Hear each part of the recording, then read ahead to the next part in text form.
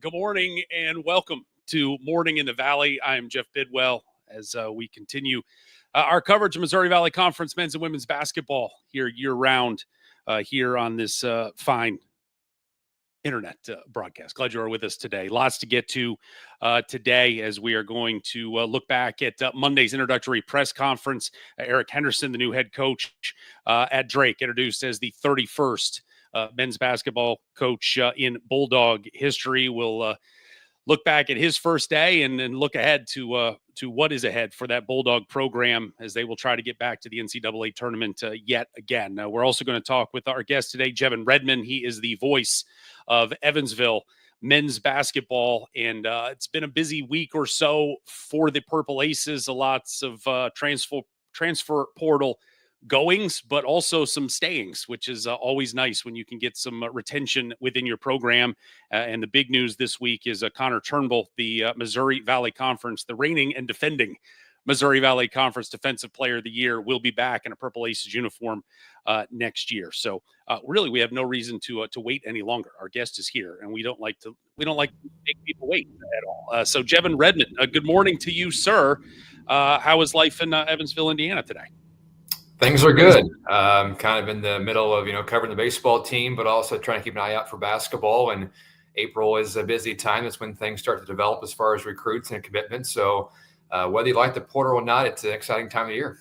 Yeah, whether you like it or not, it is. It's like broccoli as a 5-year-old. You're going to take it and you're going to like it, no matter what. Obviously, the big news certainly coming up here: Connor Turnbull sticking around for another year in an Evansville uniform. Just from a retention standpoint, obviously, and we'll talk about some of the big pieces that have moved on. But this is certainly a great piece, centerpiece, figuratively and literally, for Coach David Ragland to build around for next year.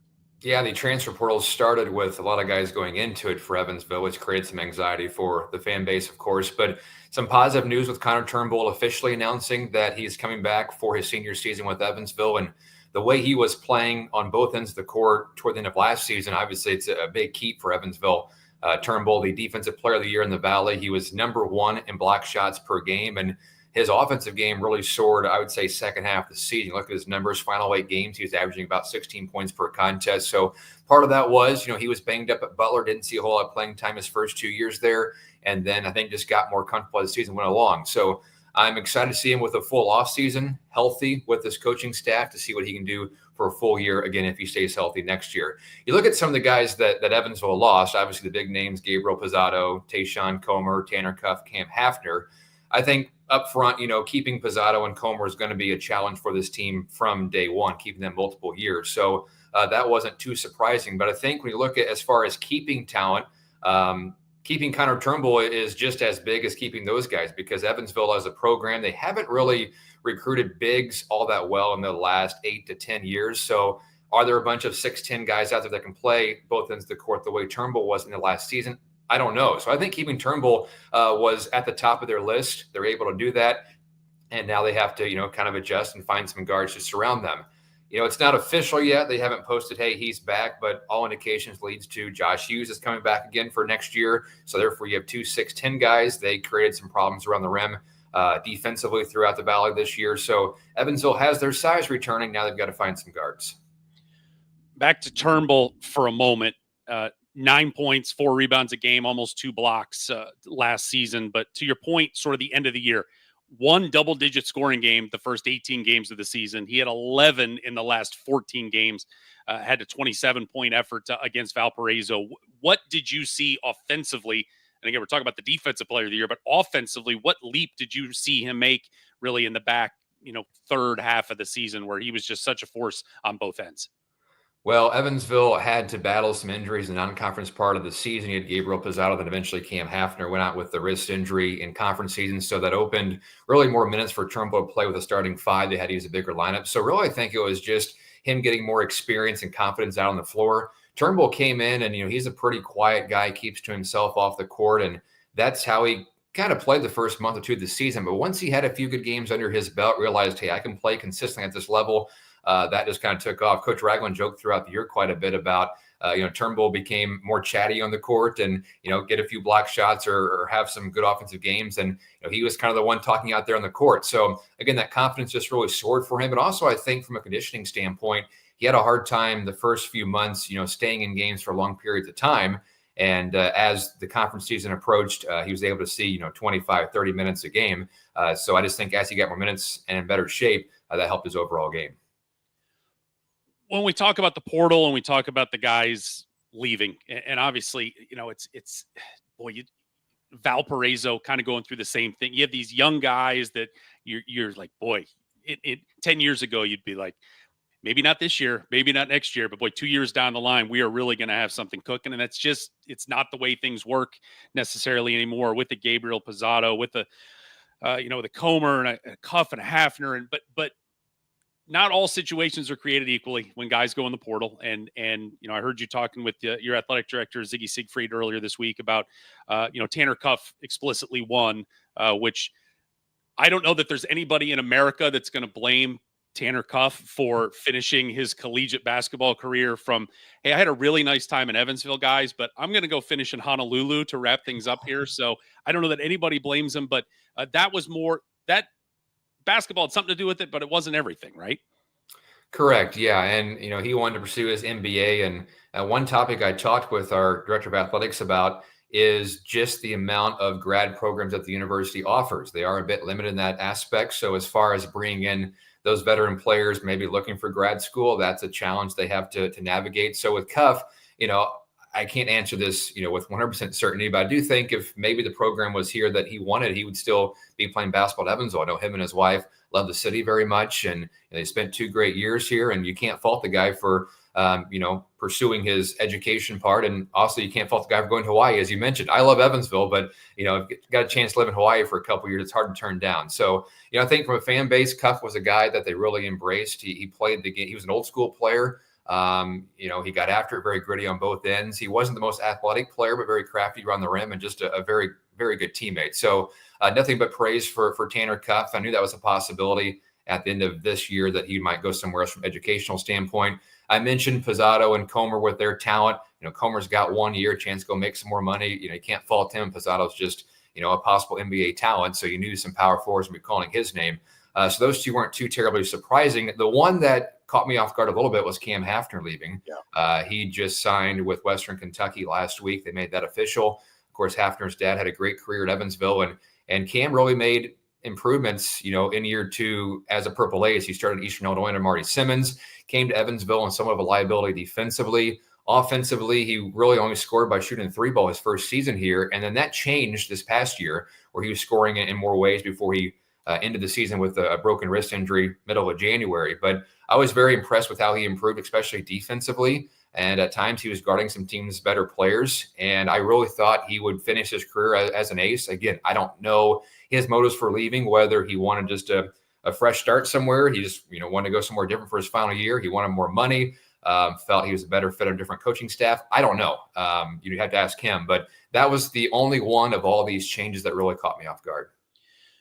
Your conversation with Ziggy Siegfried, the thing that struck me, several things struck me, but look, Evansville goes 11-21 overall, but 8-12 in the league, and tied for 8th, and sort of that log jam that we didn't know everybody was going to be 7th to 11th by the time the season came to a close. But he was very upbeat about 11-21. Before we get to Ziggy's thoughts on that, where's the fan base's head at right now? And maybe again, the 11-21, 11-21, the non-conference was tough and trying to navigate that, and Pizzato's out and you're navigating a lot of injuries and so on. But from a league competitive standpoint, where is the fan base's head at right now?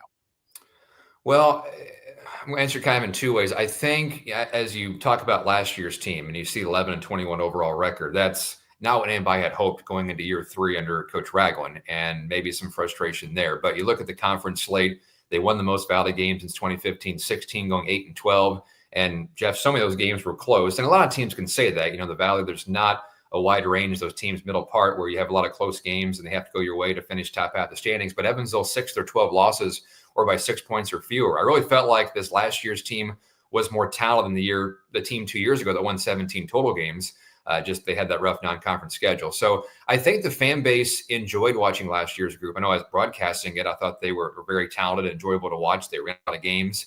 But the bottom line is, now this coaching staff, after 3 years, they finished 12th, 10th, and 10th. And while there's been major progress, I think the fan base, is a bit antsy. They realize it's time to win. They want to see this group finish top half of the Valley standings. And again, they were pretty close to doing that last year. So we'll see how year 4 turns out for Coach Ragland. I also think the fan base is just frustrated with the overall landscape that we have to fight. Other teams in the Valley have to fight to keep this talent, and so many guys leaving after 1 year. So there's a lot of anxiety out there. And what I kind of tell people is, look, right now you see the roster. You only have about 5 or 6 guys on the roster for next year. We have to let this play out, the month of April play out, because how it is for schools like Evansville, when you don't have a ton of money to offer just to grab players right away at the portal, you have to let things kind of trickle down. Guys think they can play to Power 4. They realize they don't get the offers they want. That trickles down to Evansville. You start to get those visits, developing the next couple of weeks. So just take a deep breath, let April play out. I don't know what the roster is going to look like, but I do know that coming up the next week or two, there's quite a few visits scheduled for the Evansville program. So I anticipate, some news coming mid to late April as far as guys are signing. So it'll happen. It'll develop. It just takes more time than we want. But to kind of summarize your question, I think this fan base is ready for them to win. And I think in year 4 for Coach Ragland, the staff needs to finish middle of the top half of the standings for them to be satisfied. Ziggy Siegfried said, quote, "I feel great about David Ragland and sort of the stability of that coaching staff and what they're trying to build." And obviously you've lost some, Ben Helmerkaus a year ago, a great piece that went to Illinois as well. That AD support certainly, important for a coaching staff moving forward. But, right now the support that maybe means as much as anything is the almighty dollar in the NIL and what is coming in from that. The question, and I don't believe this came up in the interview, and I don't know if you have an answer yet, but as we're getting towards this house settlement situation that's certainly complicated, but allows revenue sharing from athletic departments to their athletic programs, is Evansville opting in? Do you know the answer to that yet?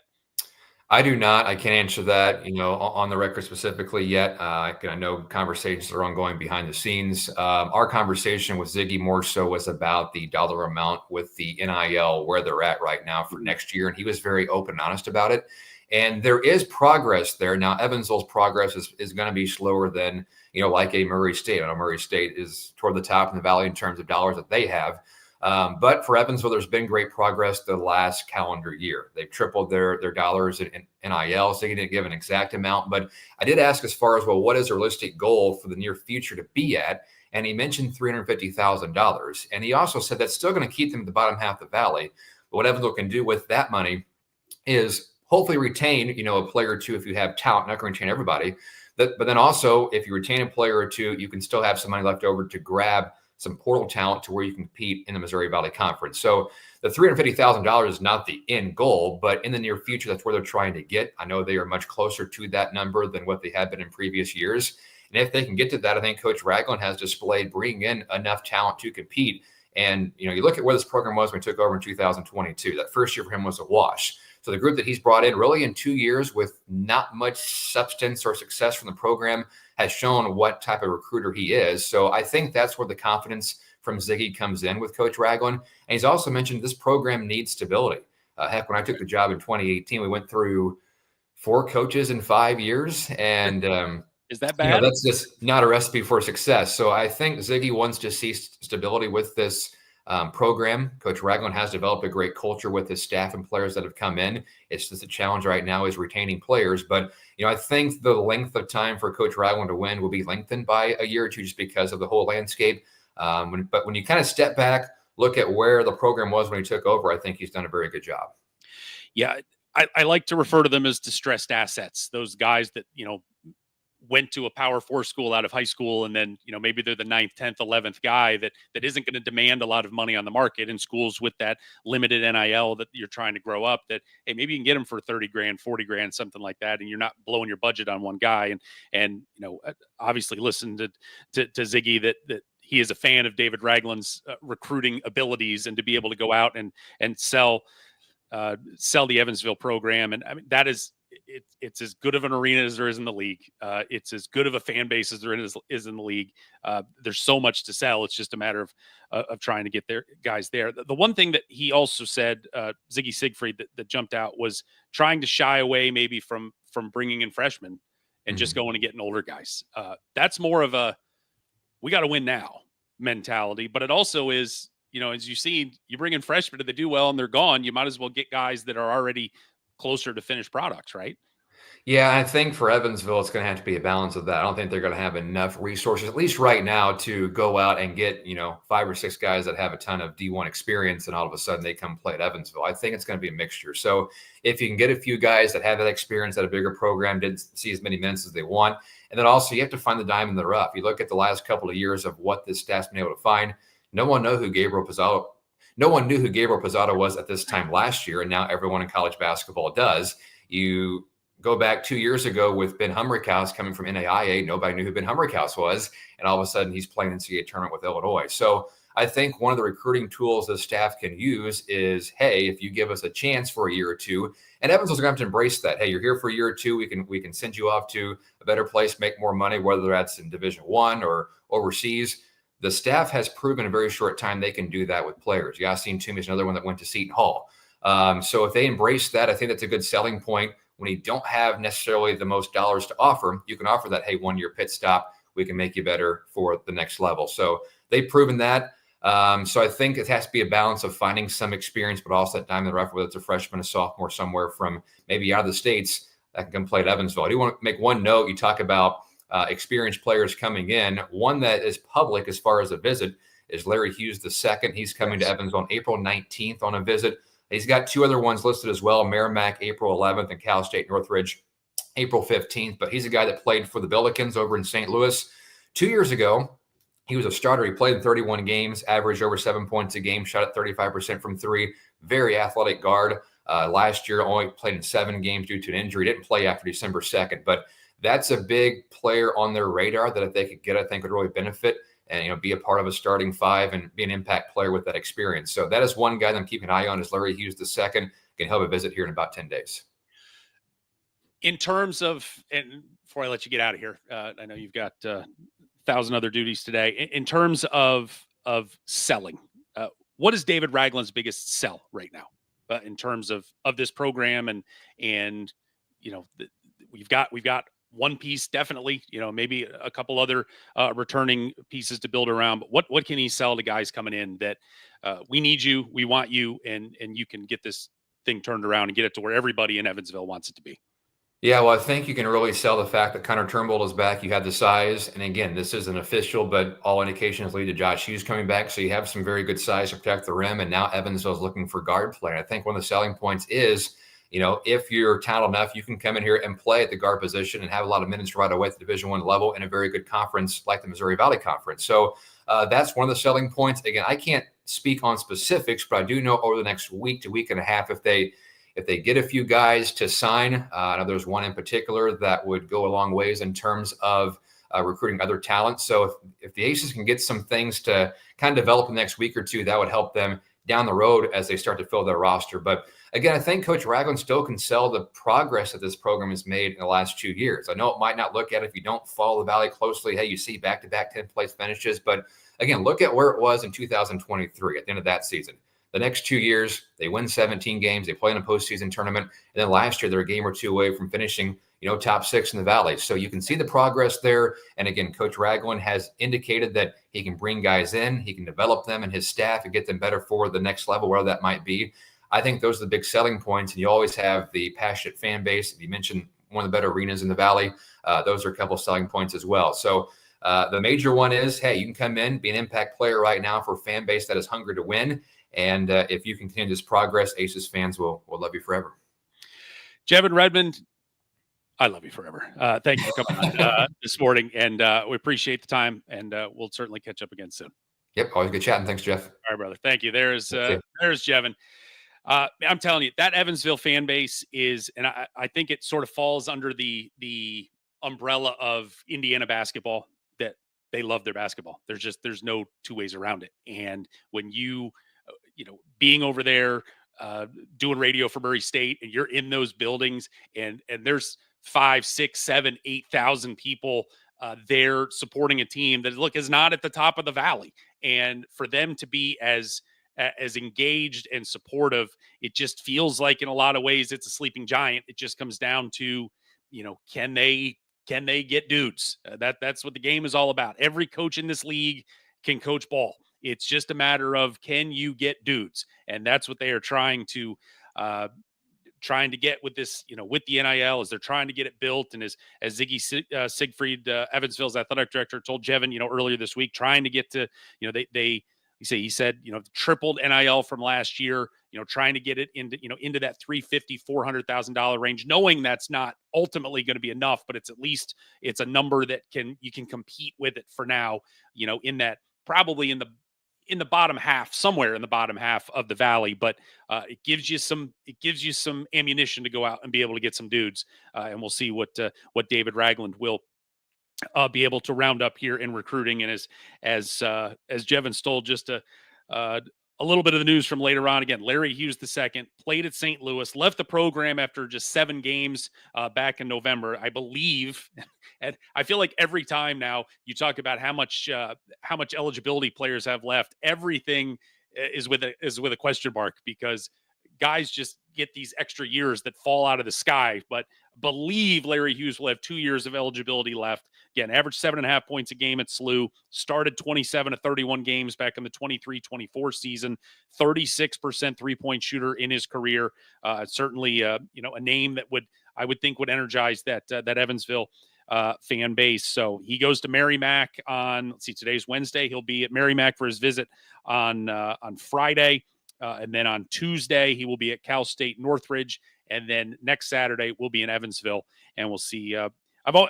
That's always one of those recruiting things where I don't know if it's best to be first or be last from a coach standpoint, trying to sell. Do you want to be the first guy in the room and be like, this is where you need to be, and let's sign on the dotted line before you can go, and you got to go cancel the rest of your visits? Or do you want to be the closer? I'm sure everybody's got different philosophies on that, but Larry Hughes will be in Evansville next weekend, and we'll see if David Ragland can get the job done and bring him into a Purple Ace uniform. All right, other news from the day. Again, on Monday, I guess it was about 11 o'clock on Monday, Eric Henderson officially introduced as Drake's 31st men's basketball coach, replacing Ben McCollum, who was of course, 1 year from Northwest Missouri State, came in, won the Missouri Valley Conference Championship, and then moved on to Iowa. And so, yet again, third coach in as many years for Drake.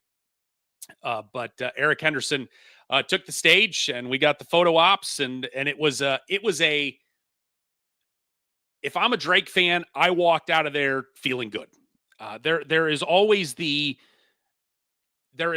phrase you hear about winning the press conference, and can we win the press conference? And sometimes winning the press conference revolves around hiring a name, hiring somebody people have heard of. And a lot of times, we give benefits of the doubt to guys that we don't know anything about, but I'm like, hey, I've heard of that guy and he's done well somewhere else, so he's got to be good. And this is not, I mean, certainly Eric Henderson has had success at South Dakota State, getting to the NCAA tournament twice and winning 4 Summit League championships in 6 years, and he has done well. But I think the basketball, you've got to be a true sicko to have any idea who Eric Henderson probably is on a national level. So when he comes in, he's not getting the benefit of the doubt of, oh, I've heard of that guy, I know that guy. Certainly, I think there's some geographic familiarity, Iowa, South Dakota, there's enough there that people have heard of him. But for me, the winning the press conference was Eric Henderson getting behind the microphone and talking to the Drake fans and talking to everybody in attendance, and just the giddy enthusiasm that just poured out of him during this press conference. There's no other way around it. I mean, he was just, you could just tell it was a 6-year-old kid running down the steps on Christmas morning. I mean, that's just how, I can't think of a better word for it, just giddy that he was.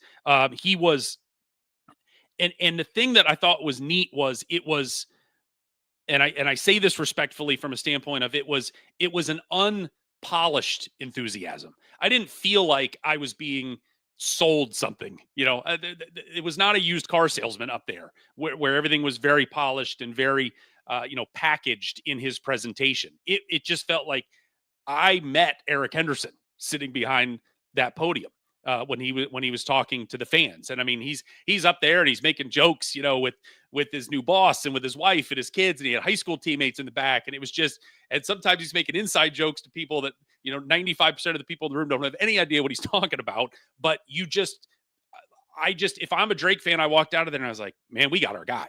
We got our guy. And I feel good. Now, how that's going to translate in 7 months when the season starts, time will certainly tell. But from a let's win the press conference, I thought he flushed it. From a golfing analogy, I thought he stuck the landing on that sucker. Awesome. And from that standpoint, I thought it was an A++++ day for Drake Athletics, without question, as Eric Henderson got to meet the masses for the first time. The question that he tried to answer in his speech to the masses was, why Drake? Why now?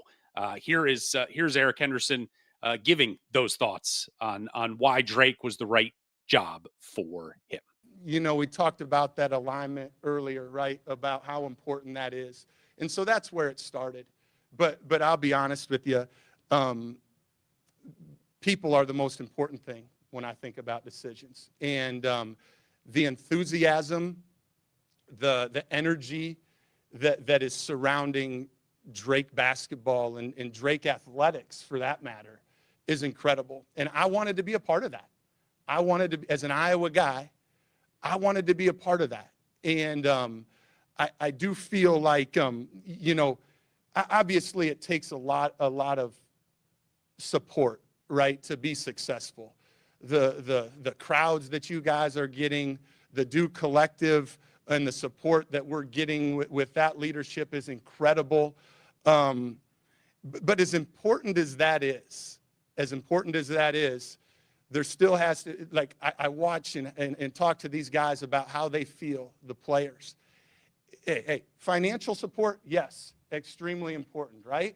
But even more, showing up to games, making sure when you see our student athletes, you say hello to them, you give them a hug, you make sure they feel good about themselves. That's what we're all about. That's what we're all about. And that's what you're all about. And so when they say, why Drake, those are the reasons. The energy, the enthusiasm, the support in multiple ways is incredible. And that's what I want to be a part of. He just comes through the screen, just happy to be there, excited to be there, and wanting to continue on with the Drake machine that it's been for the last handful of years. Got it going with Nico Medved, going into Darren DeVries, Ben McCollum just picking up and running with it, and now Eric Henderson going to do his part to continue that run of success here for the Drake Bulldogs. The big news in college basketball, I think, as a whole, that's going to affect everybody in the league, and is this House settlement that is being argued between the NCAA and federal court, trying to. It is a $2.8 billion settlement helping pay back, some NIL rights to players from the past, and trying to set a groundwork for how this is going to work in the future. It is a deep in the weeds topic that we're not going to get too deep into the weeds on here at all. But there's a couple. There was another meeting in front of the judge on Monday. And I think the big thing that came out of that was we are getting closer to the finish line of finally having this settlement completed. There's a couple sticking points, and the two main ones. The first is just the judge is concerned about how this settlement is going to, if my math is correct, is going to basically move 10 years into the future. It's going to set things for the next decade, and the question is, how do you tie? And I think ultimately this is just legal language that the judge is going to want reworked and refined, is how do you have athletes that are in middle school right now that are somehow going to be bound by by this settlement for 10 years into the future, and sort of how what their rights are moving forward. And so I think there's some language challenges that the judge is just trying to just get cleaned up a little bit with the lawyers. The other part is roster limits. Now, part of this this House settlement, I think in the simplest terms, are when schools opt in. And we talked about with Jevin Redman about this, about Evansville, and he doesn't know what the situation is. I have been told that, and it's the only school that I have a direct contact with, is that Murray State has opted in. And if they have not opted in, they will be opting in to this House settlement. And the key to that is, when you opt in, you are now taking part in paying back some of these $2.8 billion for the settlement. But it also allows you then to begin to distribute revenue, sharing revenue from your program to your athletics and your athletic teams. And, the number, it's like 20 million, 22 million, somewhere around there. And that is what you can share too. That's the ceiling. Obviously, schools at the Missouri Valley Conference level are not going to be sharing $22 million of revenue with their student athletes. Those are for the Ohio States and Kentuckys and Kansases and schools of that ilk. But it allows you to share some of that. And so that's important. But part of the opting in also means that you have roster limits. And the roster limits it used to be scholarship limits. Men's basketball, you can have 13 scholarship players, but you can go have 10 walk-ons if you want on there. Well, now 15 is the max. And you can give scholarships to those 15 kids, but 15 is the max. I don't know how much this affects men's basketball outside of schools maybe that have several walk-ons. Firstly, the walk-ons as we know them may be extinct from a standpoint of, look, if coaches can use 15 scholarships on guys, they're going to go try to get 15 scholarship players. And so, walk-ons are oftentimes local kids, good high school players that just, they can help in practice and so on, but they're not helping you, in general, unless the ultimate emergency where you're needing to use them on the court. But they're not going to be in this setting. They're not going to be around. You have programs, the example I saw used was cross country, for instance, where I believe the number is now 17 is the limit for cross country. A lot of these scholarships now are a lot of college sports in the Olympic sports is you have walk-ons, you have partial scholarships that are distributed out amongst kids. And so, for instance, the example I was reading was about cross country. So cross country has now a cap of 17 members on their team. Well, there are programs that have 25, 30 kids. And whether they walk on, whether they take one scholarship, baseball is another prime example where you take, one scholarship and you divide it amongst 5 kids. And that's how it all works. Well, now with the limits, you are presenting a scenario where thousands of kids across the country who were Division I athletes, and whether they were walk-ons, whether they were taking a partial scholarship, there's no availability for them to play anymore and for them to participate. And so that is really the big concern with the judge is there a way to grandfather these kids in, have some sort of transition period where, okay, in 4 or 5 years, that is where the roster limits are, and that's fine. But just to eliminate all of these kids with this ruling, with the, at the snap of the finger, she didn't like that. And so it was like, I need you guys to go back and figure that out. And that's going to be something that I believe they have to be back in front of the judge in a week to try to get this hammered out. But the main thing is, the majority of this settlement, it's moving to the finish line. It's almost there. They just have these couple other things they're trying to get figured out, and hopefully will do sooner than later. The deadline is July 1st. That is when the fiscal year, basically, if you will, for college athletics starts anew, and that'll be July 1. And that's when you have all these programs who have opted in and believe they have access to all of this money to be able to compensate their players. they expect it to be there and be able to use it on July 1st. So this deadline is looming, and that is something that they are trying to get finished here very, very soon. All right, other news and notes from the day. Again, we talked about Connor Turnbull at Evansville, the Missouri Valley Conference Defensive Player of the Year, coming back.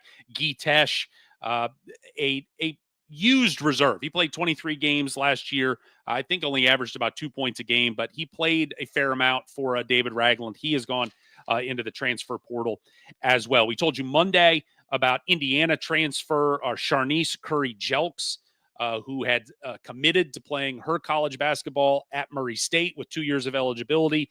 She has now officially signed. So Sharnice Curry-Jelks, who was the Ohio Valley Conference Freshman of the Year at Tennessee Martin in the 22-23 season, transferred to Indiana for 2 years. She is now with the Murray State Racers.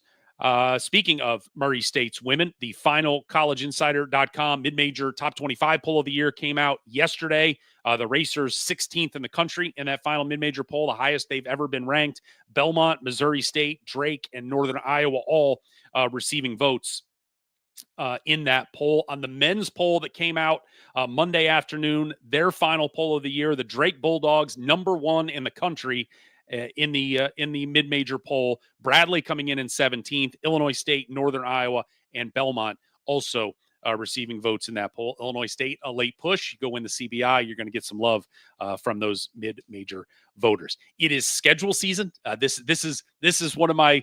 On one hand, it's annoying. On the other hand, it's exciting. Just the slow drip of information of non-conference schedules for teams as dates are solidified. And we have a lot of home and homes that are already set and everybody knows. And but it's the dates right now that are of interest.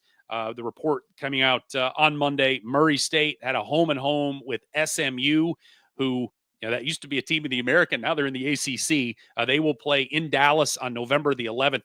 The first front end of that home and home was played 2 seasons ago in Murray. There was a coaching change at SMU. Andy Enfield took over, came in from USC, and took over the SMU program. So that game got punted for a year. It's now this year. They'll play that second week of the season, November 11th, down in Dallas.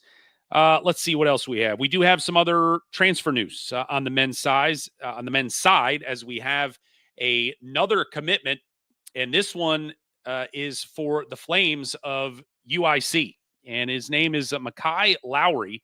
Spent the last 2 seasons at Towson, who was the champion. Towson was a really, really, really good team this year in the former Colonial League. Now it's the Coastal Athletic Association.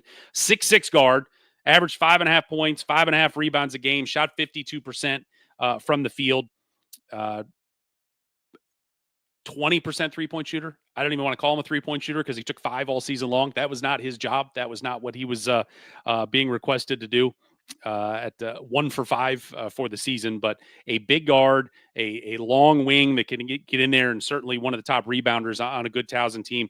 Going to UIC. He is from Bellwood, Illinois, which is, by my math, 14 miles from Chicago. So he's going home. It's 14 miles. Probably takes an hour to get from Bellwood to UIC and their campus. But Rob Eson with his first pickup out of the portal, grabbing Makai Lowry. So a good one there. Get a hometown kid to come home. And again, in the NIL juggling of, hey, maybe you got a little bit of a hometown discount for Makai to come home, but Makai Lowry appears to be headed and becoming a UIC Flame. The other news of the day from a coaching standpoint is some interest. We've hired a head coach at Drake in Eric Henderson. Now it becomes a question: are they going to have to hire a women's head coach as well? Adia Barnes has been the head coach at Arizona, I believe, for 8 or 9 years. She has stepped down to leave Arizona to go to SMU. So she's the new head coach at SMU. Arizona is a program that, I think when you think of these women's college basketball blue bloods, and we saw a lot of them here in the last couple of weeks, and the UConns and the UConns and the South Carolinas and the UCLAs and the USCs and the we can go on and on and on. Arizona, I don't think would be one of the first 10 you would necessarily think of. They played for a national championship 4 years ago. So there is certainly a pedigree and a recent pedigree with that program that shows it can get to the top of the sport. Mitchell Northam, who writes for SB Nation, is reporting that with Adia Barnes out, there are 3 head coaches that are sort of in the crosshairs right now to replace Barnes as Arizona's head coach. And one of them is Missouri State's Beth Cunningham. And for at least another until June 30th. So, 2 months and 21 days, we can still talk about Missouri State. Welcome them in to this loving Missouri Valley before they move on to Conference USA. But Beth Cunningham on the board there, and Northam reporting that Cunningham was in the mix to take over at Wisconsin before she made an announcement she was staying at Missouri State. But now with Barnes gone, Cunningham is in the mix, but so is Drake's Allison Pullman, who has done an outstanding job with that Bulldog program. And certainly it's a time of transition now with, Katie Dinnebier, one of the great players in honorable mention All-American. She is transitioning out of the program. Anna Miller, the great defensive player of the year, multi-time. She is transitioning out of the program, graduating out. And so, I don't know if there's ever a good time for a coach to leave. There's always going to be some for them. It's like, oh, I've still got more kids coming, and all these kids I have attachments with, but she has shown she is more than worthy to move on to a school with the pedigree of an Arizona. So we will see how the dust settles on that, and if Allison Pullman is indeed part of that conversation, and where they decide to land the plane there out in Tucson. One other final note today, and it's sort of a thank you, Illinois State. It's been one of the recent phenomena in college basketball is that kids, as we've said, you almost assume kids are leaving until you are told otherwise that they are coming back in this era of the transfer portal. And when you don't hear anything, it's almost unsettling from a standpoint of, are they back? And that kid's probably just going about his business, going to class, going to workouts, can't wait for next season. And I didn't feel like I needed to tell people I was coming back, but that's the era we live in now. Illinois State has probably, on both the men's and women's side, done as good of a job as anybody, maybe in the country, certainly in the Missouri Valley, about letting everybody know about their kids that are coming back. And I think from a standpoint of reassuring your fan base, I think it's a great thing. Look, the portal is not, and again, and I've talked about this 100 times. I will talk about 100 times more, that the transfer portal is not this boogeyman, but I think it is still reassuring in this transfer portal era where many people believe it's the boogeyman, just to be like, look, it's not taking everybody. We've still got folks back. Those kids you knew last year and you liked being around and you liked watching them play, they're going to be back.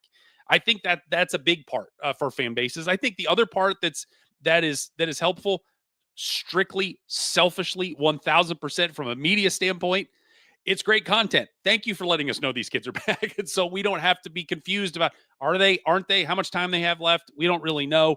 Illinois State's women's program yesterday, they were just firing left and right with kids. Grace Nelson, Morgan Bruno, DeShanti Thomas, all coming back for Kristen Gillespie's bunch up there in Normal. Look, Grace Nelson was a redshirt freshman, didn't play at all last year. Morgan Bruno, I think, averaged 4.4 points per game. DeShanti Thomas averaged 1 point a game. Not heavy hitters last year. Who knows what they're going to grow into this year? But I think from just a standpoint of, hey, fans, we've still got kids on the team, and we've got kids and are familiar with, and they're coming back. I think that's an awesome thing. So more teams want to follow suit with that.